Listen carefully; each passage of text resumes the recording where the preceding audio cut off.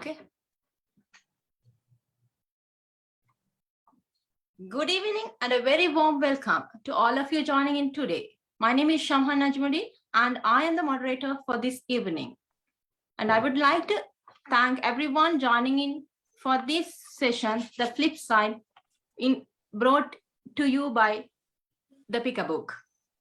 For those of you who may be joining us for the first time, I would love to officially introduce you to this concept we call Pick a Book, an incredible initiative that was launched with the aim of igniting the love and passion for reading. And as the name suggests, it's a club where readers can select a book, read and research and present the insights of the book for an audience.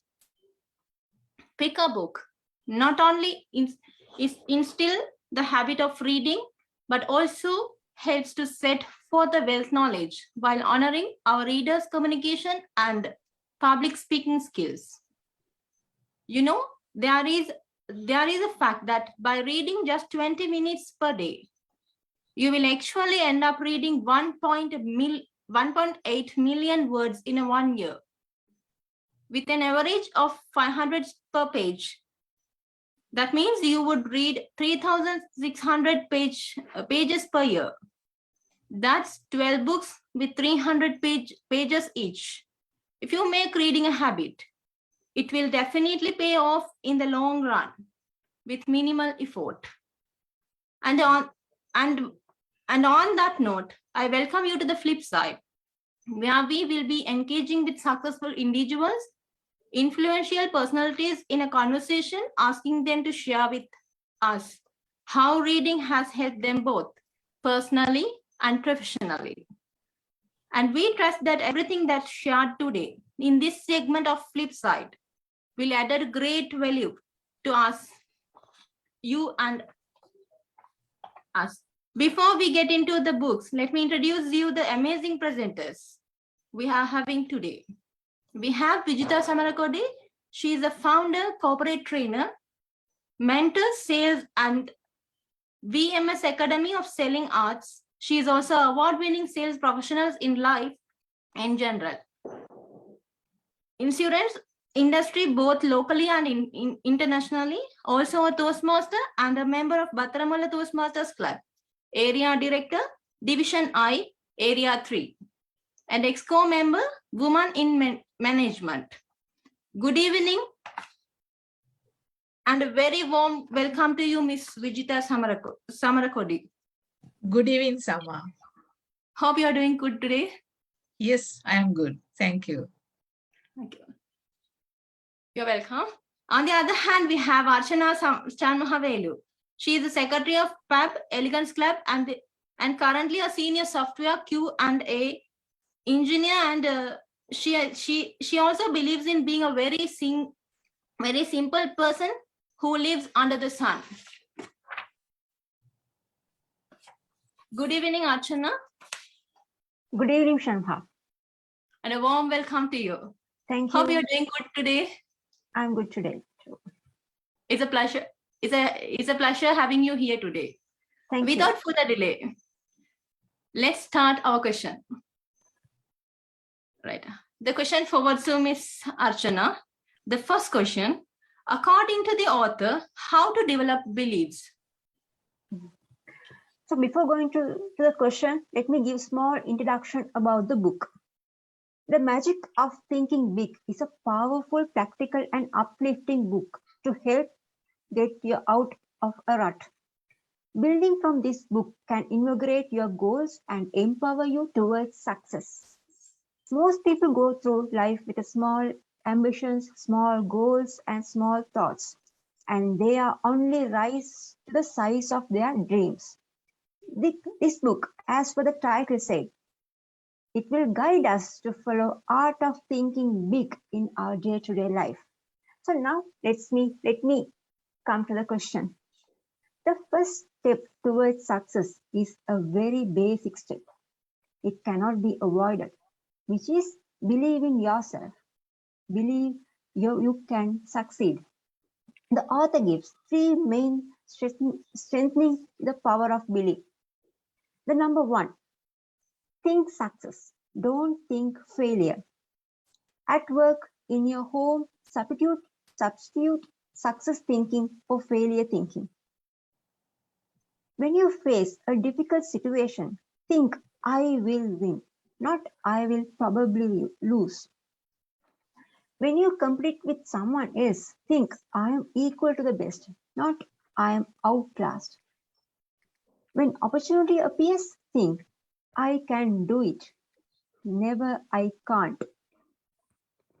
Let the master thought I will succeed, which dominate your thinking process. Thinking success conditions your minds to create plans that produce success. Thinking failure does the exact opposite, which failure thinking leads to failure. Second one, remind yourself regularly that you are better than you think. Successful people are not supermen or superwomen. Success does not require a super intellect. Now, is there any mystical about success? And success is not based on luck. Successful people are just ordinary folks who have developed their beliefs in themselves and what they do. Number three, the most important point, believe big. The size of your success is determined by the size of your belief. Think little goals and expect little achievements. Think big goals and win big success.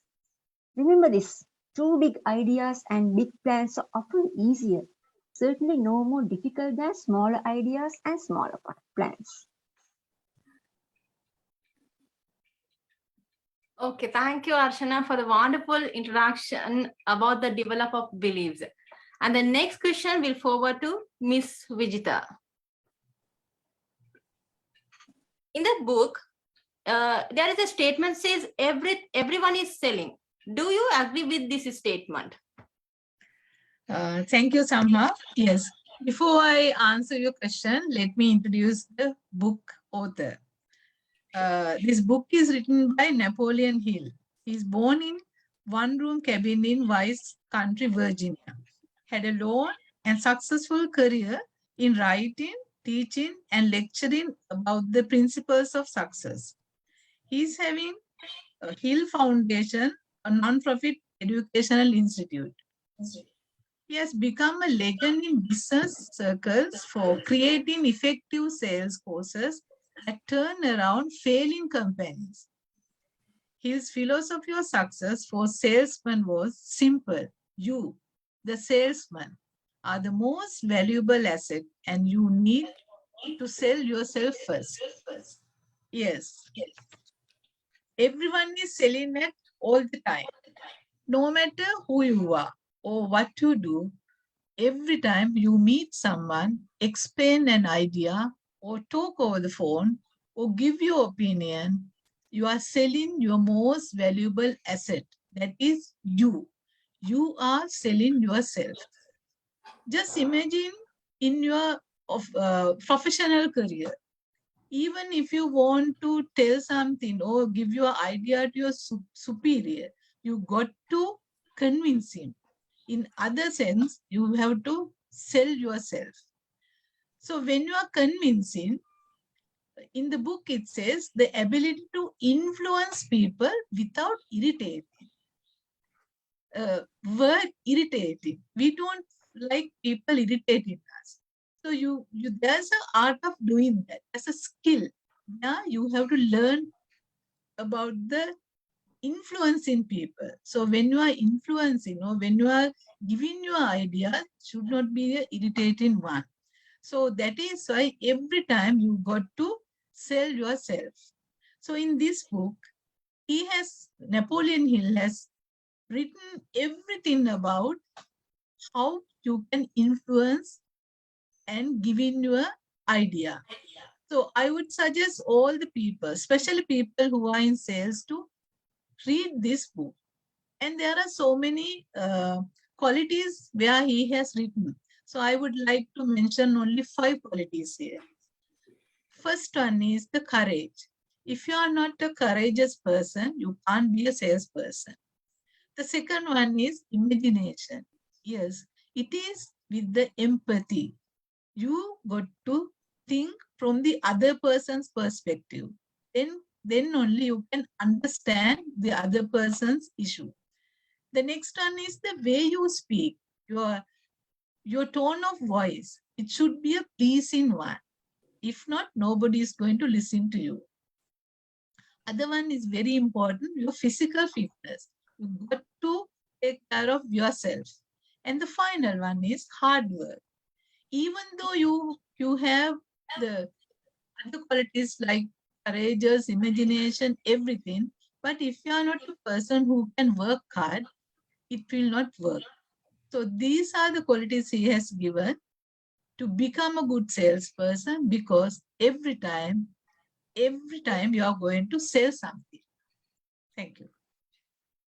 Thank you, Ms. Vijitha, for the wonderful introduction about the book and the statement. And the next question will forward to Ms. Archana. Archana, do you think what is success according to the author? Well, Shamha, where success is concerned, people are measured in money they have earned, or college degrees, or family background. But the author says success is measured by the size of their thinking. How big we think determines the size of accomplishments. Now let's see how we can enlarge our thinking. Ever you ask yourself, what is my greatest weakness?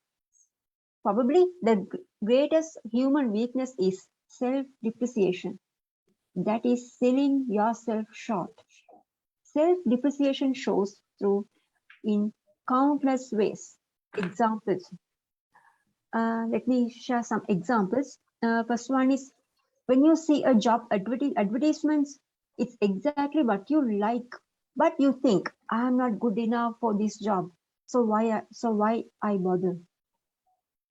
Another example, let's say if you want a date with a person you like, but you think that person doesn't like you.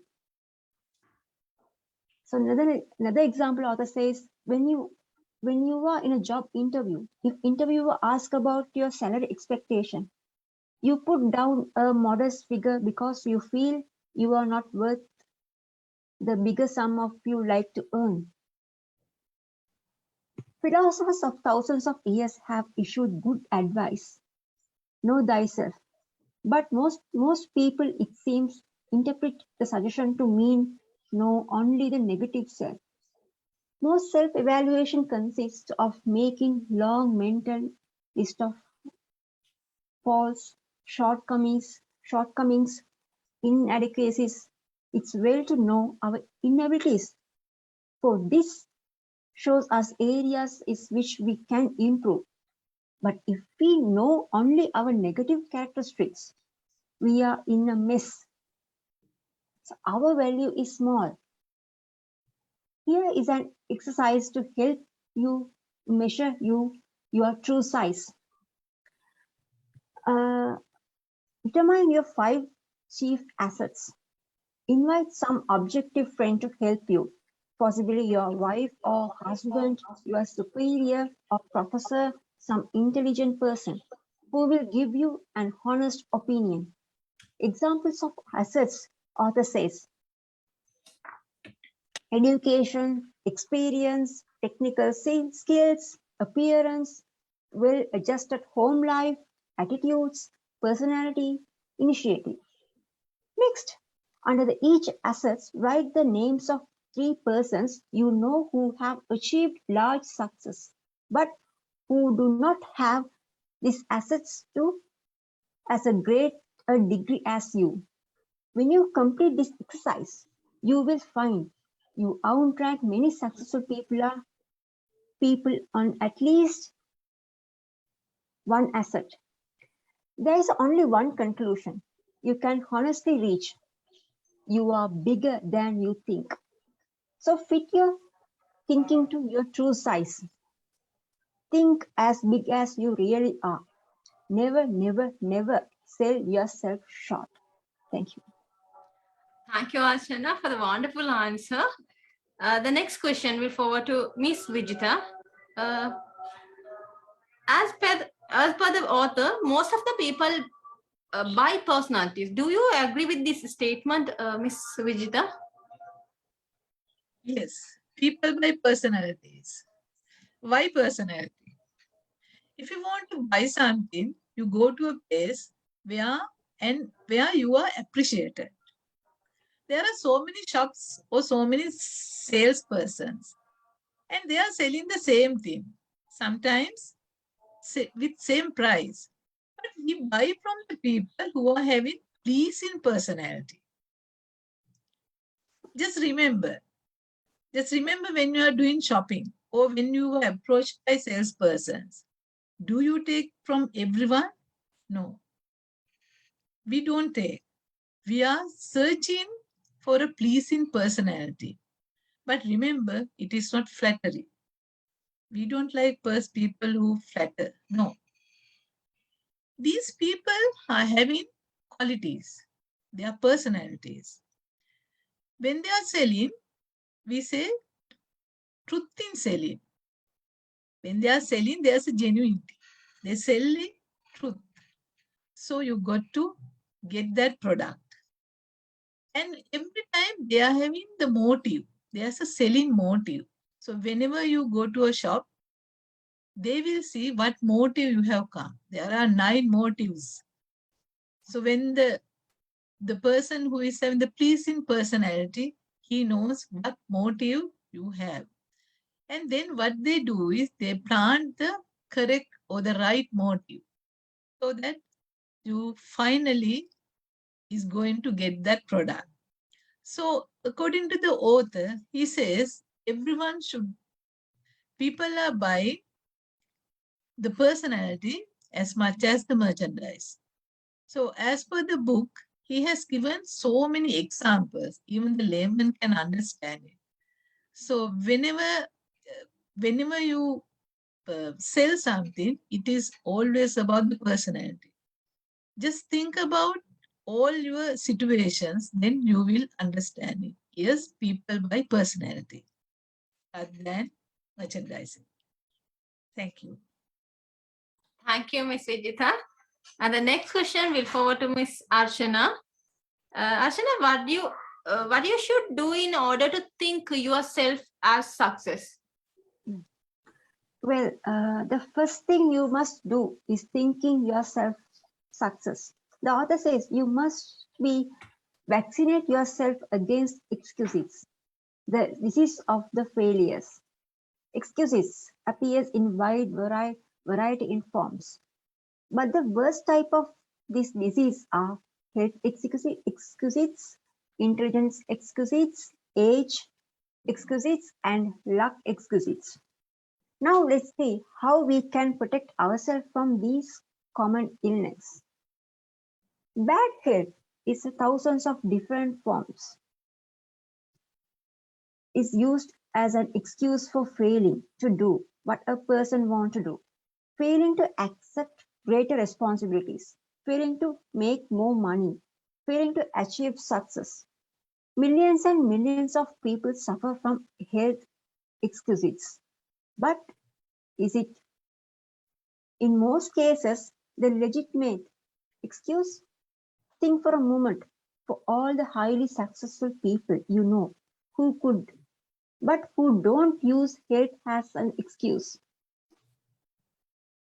The author gives the best vaccine against the health excuses consists of these doses.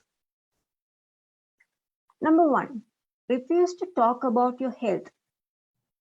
The more you talk about an illness, even the common cold, the worse it seems to get. Talking about bad health is like putting fertilizer on weeds. Besides, talking about your health is bad habit. It bores people. It makes one appear self-centered and autonomous. Success-minded people defeat the natural tendency to talk about their bad health.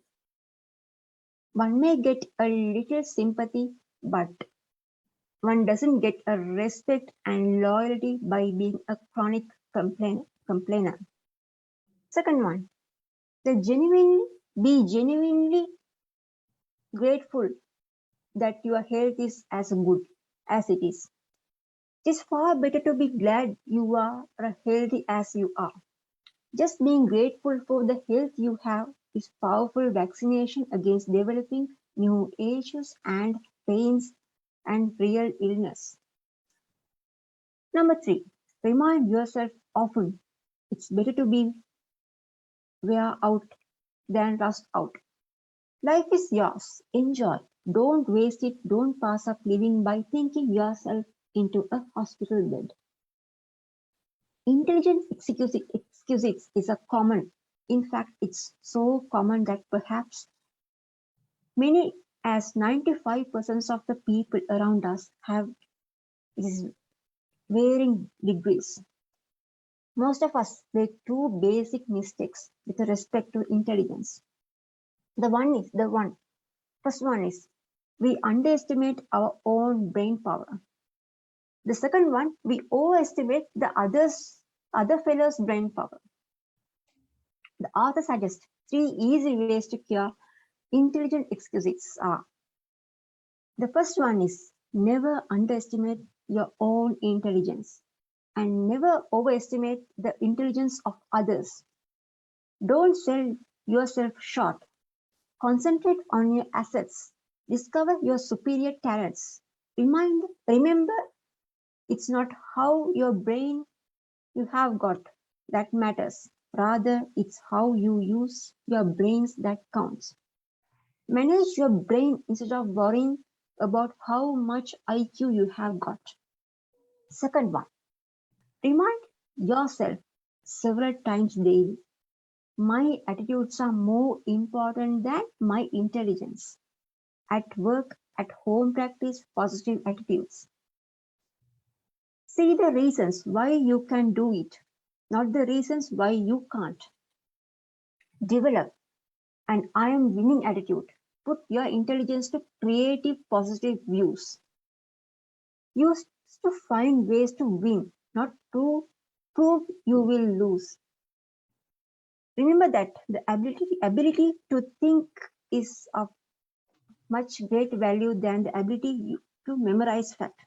Use your mind to create and develop ideas, to find new and better ways to do things. Ask yourself, am I using my mental ability to make history, or am I using it merely record history made by others? When you think your age, you may think, I'm too old to do this, or I'm too young to do this. To overcome these excuses, the author suggests 3 ways. The first one, look at your present age positively. Think, I'm still young, not I'm already old. Practice looking forward to new horizons and gain enthusiasm and feel of youth. The second one, compute how much productive time you have left. Remember, a person aged 30 still has 80% of his productive life ahead of him or her. And if the 50-year-old still has a big 40% of opportunity years left.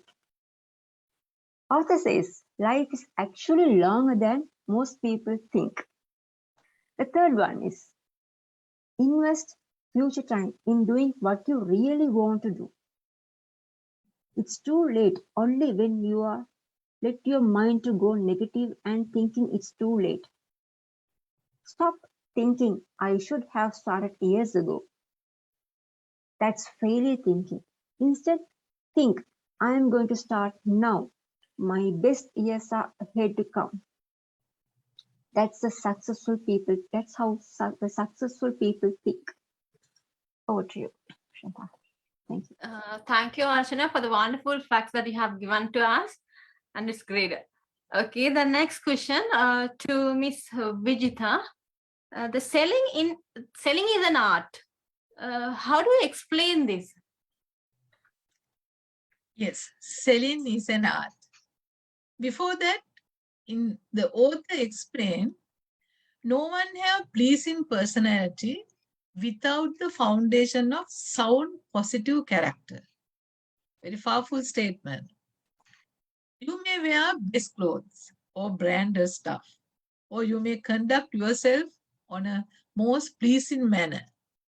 But in some way, you telegraph the nature of your character to those with whom you come in contact.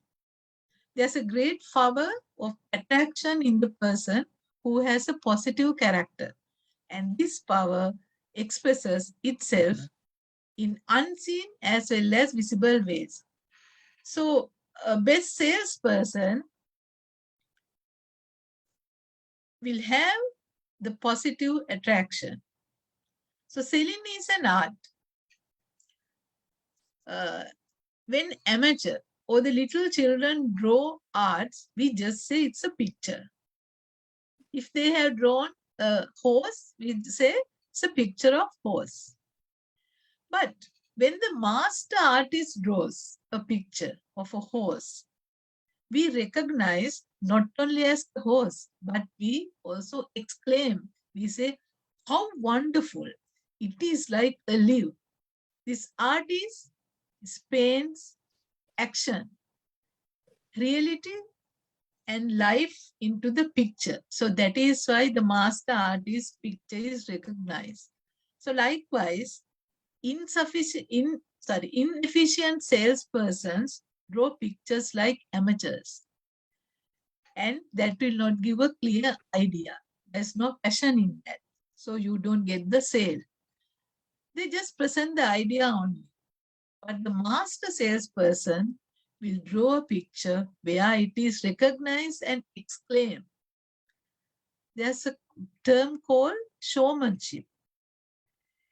They always talk about the other's interest. Whenever they sell, they talk about others' interest. That is why you get recognized. Like the master artist, the selling is an art where this master artist is drawing the picture is like the live picture. So in this book, he has explained and given example how you can become the master artist or the master salesperson. Yes, the selling is an art. Thank you, Miss Vijitha. And the next question is to Archana. According to the author, how to strengthen your creativity thought? Well, the author says your ears are your intake valves. They feed your mind raw materials that can be converted into creative power. We learn nothing from telling, but there is no limit to what we can learn by asking and listening. The author suggests 3-stage program to strengthen your creativity through asking and listening. Number 1, encourage others to talk in a personal conversation or in a group meetings. Draw out of people with a little argues, such as, tell me about your experience. What do you think should be done about? What do you think is the key point?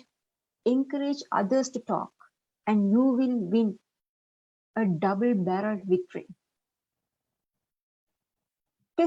Second one is test your own views in a form of questions. Let other people's helps you to smooth and polish your ideas. Use the what to do, what do you think of this suggestion approach. Don't announce a fresh ideas as if it were handed down on a gold tablet. Do a little informal research first. See how your associates react to it. If you do, chances are you will end up with a better idea. Number 3, Concentrate on what others say.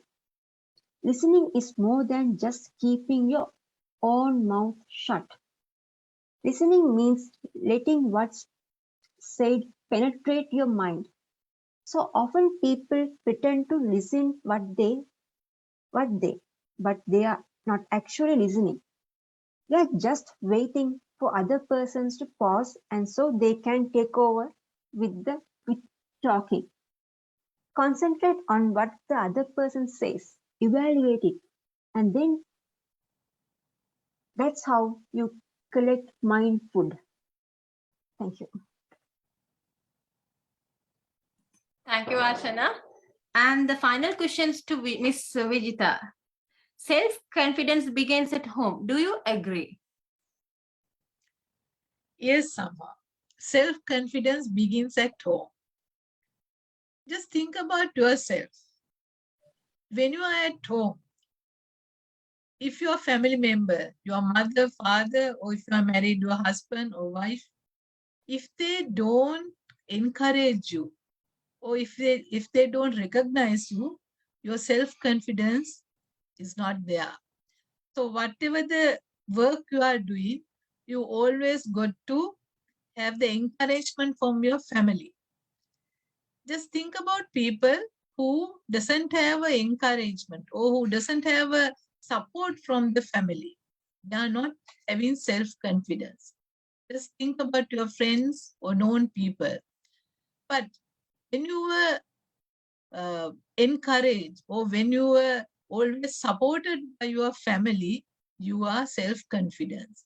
So that's why the author says self-confidence begins at home. He says, if you think you are beaten, yes, you are.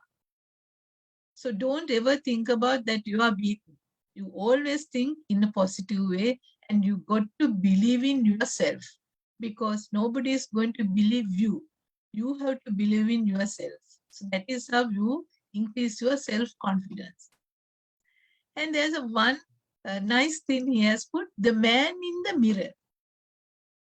You yourself don't know your capacity for your achievements, he says, and never will know until you come in contact with the particular situation that arouses you to great action and extend your version or develop your self-confidence and moves you with a deeper desire to achieve. You don't know your capacity unless you come to that situation. So always you think, no, I'm not that much, how would I say, I'm not that much beautiful or I'm not that much educated. So that is how you think. But when the situation comes, only you know your capacity. Just think about your situations where you have faced without your knowledge, you have succeeded. So that is the author has given nice example, given in nice examples, how you can improve yourself and how you can mirror yourself. He always says, whenever you are having issues, just go to a mirror and talk to yourself and see what really went wrong. Just speak to, because mirror is not going to laugh at you. Mirror is your friend. So whenever you are having time, you go to mirror and speak to the mirror so that you get the best feedback. So he said mirror in the man. And there, of course, he has given a nice example of a man, how he has succeeded after speaking to him. So he said the self-confidence begins at home and it is you who should believe in yourself to succeed in your life. So in this book, finally, in this book, there are so much of qualities where he has put in simple language. It is not only for the people who are doing sales, it's for everyone, the day-to-day life. Everyone should read this book because this book is a gem.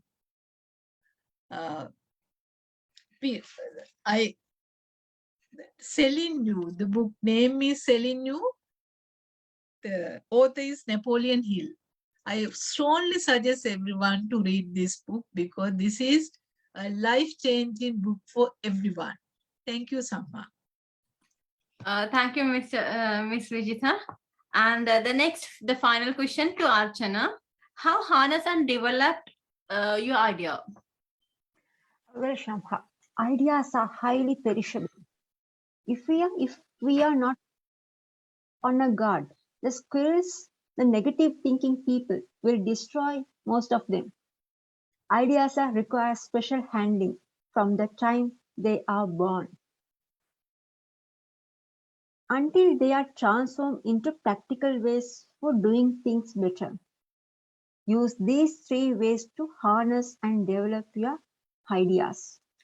So author suggests few ideas. The first one is don't let ideas escape. Write them down. Every day, lots of good ideas are born, only to die quickly because of they are not nailed to paper. Memory is weak, slave. When it comes to preserving and nurturing brand new ideas, carry a notebook or some small cards with you. When you get an idea, write it down. People with a fertile creative minds know a good idea may sprout anytime, any place. Don't let ideas to escape, else you destroy the fruits of your thinking. Fence them in. Next, review your ideas. File these ideas in an active file. The file can be an elaborate cabinet, or it can be a desk drawer, or shoebox would do. But build a file and then examine your storehouse of ideas regularly. As you go over your ideas, some may, for very good reasons, have no value at all. Get rid of them, but so long as the idea has any promise, keep it. The second one, cultivate and fertilize your idea. Now make your idea grow. Think about it. Tie the idea and relate it to idea. Read anything you can find that is in any way akin to your idea. Investigate all angles. Then, when the time is right, but it to work for yourself, your job, your future.